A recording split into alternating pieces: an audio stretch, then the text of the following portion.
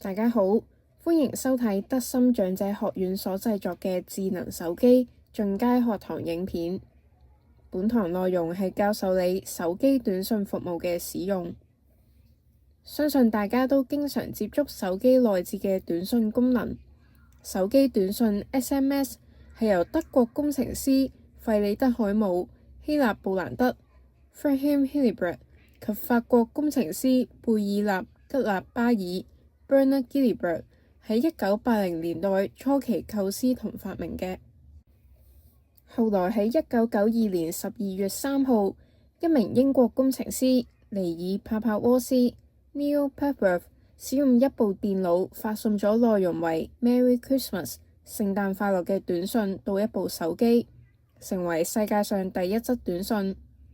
後來短訊喺2000年普及，使用量亦喺2010年達到高峰，每秒近20萬則短訊。雖然近年多種即時通訊工具廣泛流行，但由於短訊無需依賴 WiFi 或者流動數據就可以傳送訊息，因此至今仍具有一定嘅實用價值，主要用於重要通知。目前短訊有3個主要功能。第一，接收驗證碼。部分平台登記或者登入嘅時候，需要輸入驗證碼核實身份，例如係銀行、購物平台等等。通常驗證碼都會經由短訊發送。第二，接收重要嘅通知訊息，就好似診所覆診通知、取件資料、轉賬記錄等。第三，親朋好友之間嘅私人短訊，即使冇數據網絡，都可以聯絡親友。要喺手機發送短訊，首先喺手機主畫面尋找並點擊訊息圖示。通常訊息程式都會喺畫面下方嘅常用欄之中。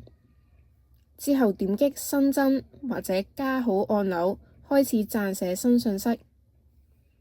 撰寫訊息內容之前，記得先選擇一個收件人，可以輸入電話號碼或者喺聯絡人之中選擇。撰寫訊息內容之後，你亦可以按需要添加照片、影片等附件。但留意，若果照片或者影片檔案過大，可能無法透過短訊傳送。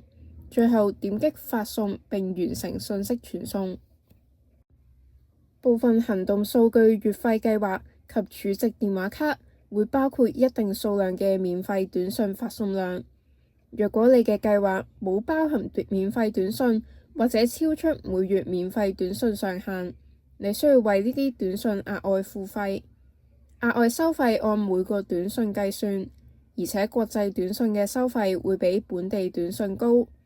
喺發送短訊之前，記得留意會唔會造成額外收費。你可以為短訊設置定時傳送。咁樣短訊會喺你指定嘅時間先傳送俾對方。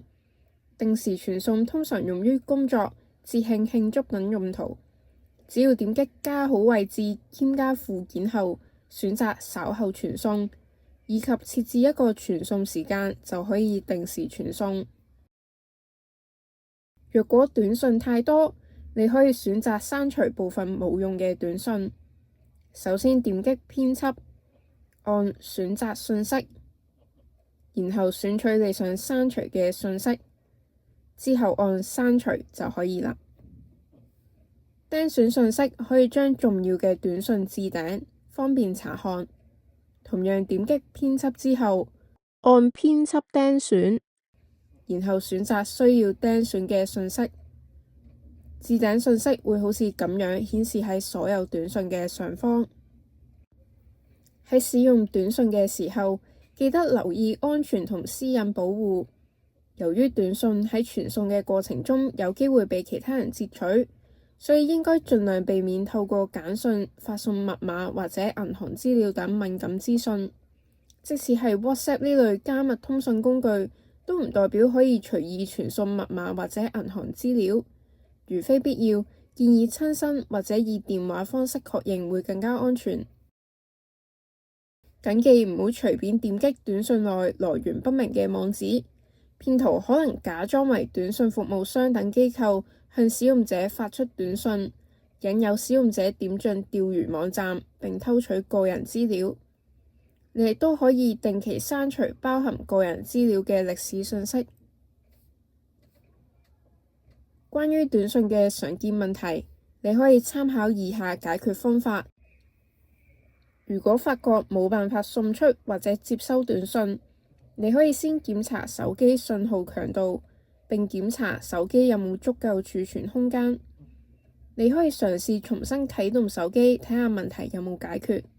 排除以上問題之後，你可以同短訊商客戶服務職員聯絡跟進。